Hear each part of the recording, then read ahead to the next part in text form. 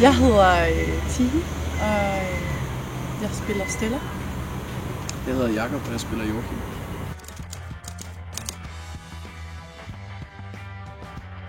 Altså, jeg spiller den mandlige hovedrolle Joachim, som er kærester med Stella i starten af filmen. Sådan lidt barnlig og sådan lidt umiddelbart. Jeg synes Stella.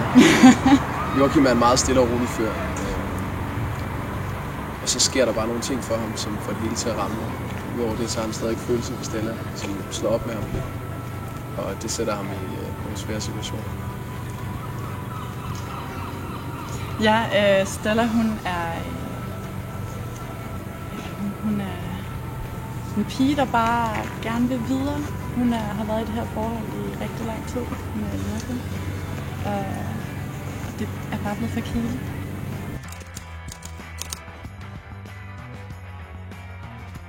Altså, vi har haft mange gode snakke med instruktøren i filmen. Og så har jeg sat mig ind i, hvilken følelsesmæssig situation han står i. Fordi hele filmen er sådan set bygget op omkring Joachims nedtur. Omkring det her forhold, der er gået i stykker.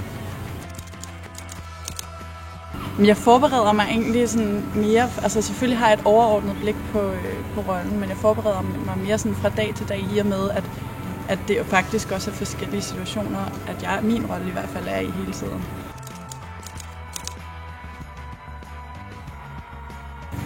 Jamen, tonen er jo som sagt både humoristisk samtidig med, at... Ja, at der er lidt alvor inde over det. Ja. Altså sådan, fordi at det er jo et seriøst emne. Ja. Altså kærligheden. Det er ikke sådan fald på halen humor. Der er bare en masse gode situationer, der bliver bygget op, som man kan genkende, synes jeg. Så kan man så diskutere, om man kan genkende i den her situation. Men selve de menneskelige følelser i det. Ja. Jamen, jeg synes, det er et meget godt mix af, at man der er både noget medfølelse og noget til at grine af og sådan lidt forskelligt. Og det til at grine af, det er ikke sådan decideret oplagt har nu skal vi grine her, men det er mere sådan situationen, man griner